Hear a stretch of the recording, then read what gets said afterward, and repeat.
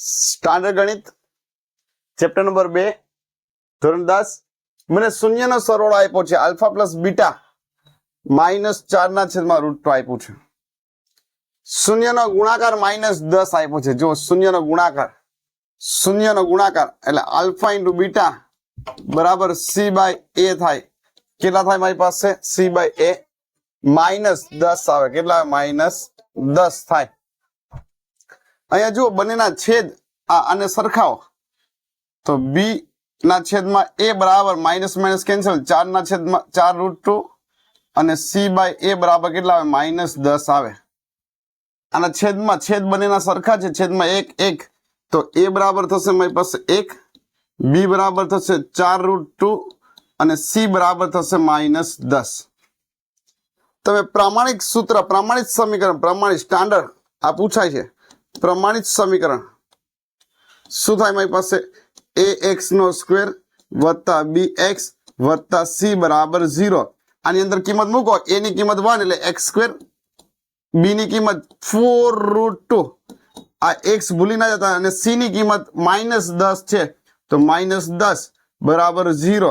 જે માંગેલ દ્વિઘાત સમીકરણ છે અહીં લખવાનું. જે માંગેલ દ્વિઘાત સમીકરણ છે, દ્વિઘાત સમીકરણ છે.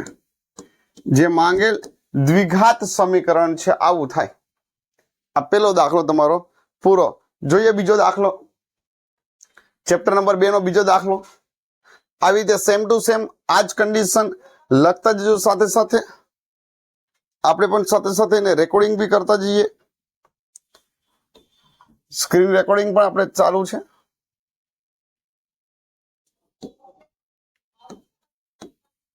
ચલો જોઈએ બીજો દાખલો.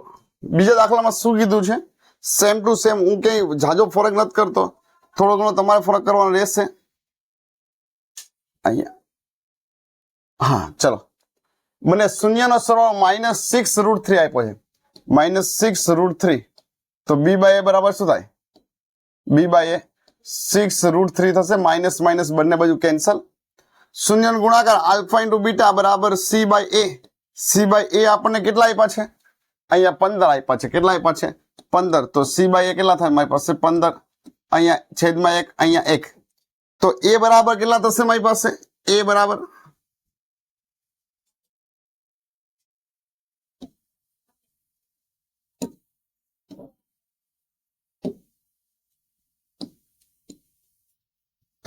કેટલા થાય જોઈએ આપણે.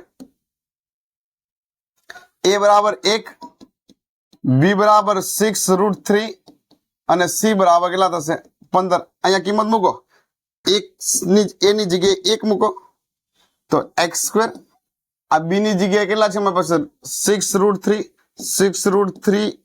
x બધા ભૂલી જાય છે બાળકો, ધ્યાન રાખજો. પ્લસ c કેટલા છે? 15 બરાબર 0. જે માંગેલ દ્વિઘાત સમીકરણ છે. આ બીજો દાખલો પૂરો. ત્રીજો દાખલો જોઈએ. આના મને શૂન્ય શોધવાના કીધા છે. જો શૂન્ય દ્વિઘાત સમીકરણ લખી નાખજો. એના પછી બીજો દાખલો જોઈએ. બીજો દાખલો આપ્યો છે x². ત્રીજો દાખલો છે x² પ્લસ 2 √2x -6 આપ્યું છે. -6 બરાબર 0. જો શું કરવાનું? પેલા અને છેલ્લા પદનો ગુણાકાર કરો. શું થાય? પેલા અને છેલ્લા પદનો ગુણાકાર કેટલો થશે? -6x² થાય. એના એવા ભાગ પાડો કે ગુણાકાર કરતા 6 થાય અને બાદબાકી કરતા 2 √2 થાય. તો જો 3 √2 2 √2 સોરી ખાલી √2 કરો. ખાલી √2 3 √2 ગુણ્યા √2 કરો તો 3 √2 ગુણ્યા √2 2 તેરી કેટલા થાય? 6 થાય. માઇનસ છે એટલે મોટાને પ્લસ, નાનાને માઇનસ. x આને આપો, x આને આપો. એની કિંમત અહીંયા મૂકો. જો x² પ્લસ 3 √2x -√2x -6 બરાબર 0. બે ની જોડી બનાવો. જો બે ની જોડી એક જ વખત બરાબર આવે તેથી અહીંયા લખવું પડે. તેથી અહીંયા આ બંનેની જોડ બને, આ બંનેની જોડ બને. આમાંથી x કોમન નીકળશે તો x પ્લસ 3√2 આવશે. કેટલા આવશે? 3√2. એવું જ પદ અહીંયા લખી નાખો. જો x પ્લસ 3√2 લખી નાખો. જો હવે અહીંયા છેલ્લું પદ આ પદને જુઓ, અને કેટલા વડે ગુણવાથી x √2x થાય -√2, તો -2 કરી નાખો. -2 હવે જો આને ગુણશો તો ઉપરનું પદ આવી જશે. બંનેમાં સરખું કોણ છે? કોમન કાઢીએ. જો બંનેમાં જે સરખું છે એને કોમન કાઢીએ. x પ્લસ 3√2 અને બીજું થાય મારી પાસે x -√2 બરાબર શું થશે મારી પાસે? 0. બંનેનો ગુણાકાર 0 છે, તો કાં તો આના બરાબર 0 x પ્લસ 3√2 બરાબર 0 થાય, અથવા તો x -√2 બરાબર શું થાય? 0. તો x બરાબર શું થશે મારી પાસે? x બરાબર -3√2 થાય, જ્યારે અહીંયા x બરાબર શું થશે? √2 થશે. એકને આલ્ફા કહો, એકને શું કહો મારી પાસે? બીટા. આ દાખલો નંબર થઈ ગયો 3. લખી લ્યો બધા. દાખલા નંબર 4. દાખલા નંબર 4 શું કે? જો ચોથો દાખલો આપણને આપણી સમક્ષ ચોથો દાખલો જોઈએ આપણે. મને શું કે છે કે 6x² plus x 6x² plus x minus કેટલા છે? 12 ના શૂન્ય શોધો. જો પેલું અને છેલ્લું પદનો ગુણાકાર કરો. 12 × 6 72 x નો સ્ક્વેર થાય. 72 ના એવા ભાગ પાડો કે ગુણાકાર કરતા 72 થાય. બાદ બાકી જો છેલ્લું પદ માઇનસ છે, બાદ બાકી કરતા અહીંયા કઈ ના હોય એટલે 1 થાય. બાદ બાકી કરતા કેટલા થાય? 1 9 8 72. x આને આપો, x આને. વચ્ચે મોટો હોય ને પ્લસ ની નિશાની, નાનો હોય ને માઇનસ ની. વચ્ચેની નિશાની મોટા ને નાનાની ના કરતા વિરુદ્ધ નિશાની. તેથી આ 6x² અહીંયા 9x -8x -12 બરાબર શું થાય મારી પાસે? 0. બે ની જોડી બનાવો. જો બે ની જોડી બનાવો એટલે શું થાય? આમાંથી કેટલા કોમન નીકળશે? 3x કોમન નીકળશે. અહીંયા કેટલા વધશે? 2x + 3 વધે. 2x + 3. અહીંયા 2x + 3 નાખી નાખો. 3 ને હું કેટલા વડે ગુણું તો 12 થાય. -12 -4, તો અહીંયા -4 મૂકી દો. હવે જો બંનેમાંથી શું કોમન નીકળશે? 2x + 3 કોમન નીકળે. અહીંયા કેટલા વધ્યા? 3x. અહીંયા કેટલા વધ્યા? -4 બરાબર શું થાય મારી પાસે? 0. બંનેનો ગુણાકાર 0 છે. જો કાં તો આ પદ બરાબર 0, કાં તો આ પદ બરાબર 0. તો 2x + 3 બરાબર શું થશે મારી પાસે? 0. અથવા તો 3x - 4 બરાબર 0. તો x બરાબર કેટલા થશે? -3/2. એક મને x બરાબર મને મળ્યા, અને x બરાબર કેટલા થશે મારી પાસે? 4/3. 4 સામે જાય, 3 છેદમાં જાય, તો એક આલ્ફા મળ્યું મને, એક શું મળ્યું?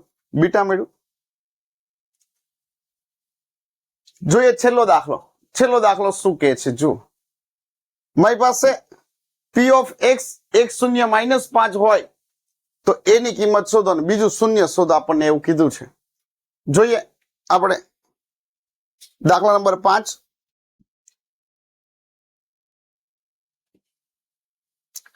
દાખલા નંબર 5 જોઈએ.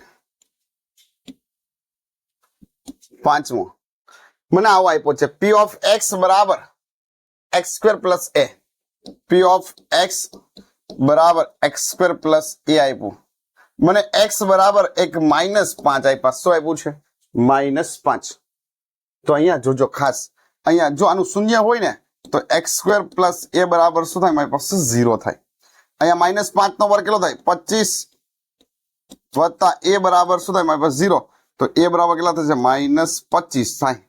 આ મને a બરાબર કિંમત મળી ગઈ. એની કિંમત મૂકો અહીંયા. તો હવે p of x કેટલું થાય? x² - 25 થયા. x² - 25 એના મારે દ્વિઘાત સમીકરણ બનાવવું છે. તો x² - 25 બરાબર 0. તો x² બરાબર શું થાય? 25. તો x બરાબર +-5 થાય. તો x બરાબર એક +5 આવે, અને બીજું x બરાબર કેટલો આવશે? -5 આવે. એક શૂન્ય -5 તો આપ્યું, બીજું શૂન્ય કયું હશે? +5. કોઈ માઇનસ નો વર્ગ કરો ને, -5 નો વર્ગ કરો તોય 25 થાય, અને +5 નો વર્ગ કરો તોય 25 જ થાય. તો 25 નું વર્ગમૂળ કાઢો, કાં તો +5 હોય, કાં તો -5 હોય. આ બંને જવાબ આપણા સાચા છે. ચેપ્ટર નંબર 2 પૂરું. ચેપ્ટર નંબર 3 ની શરૂઆત કરીએ.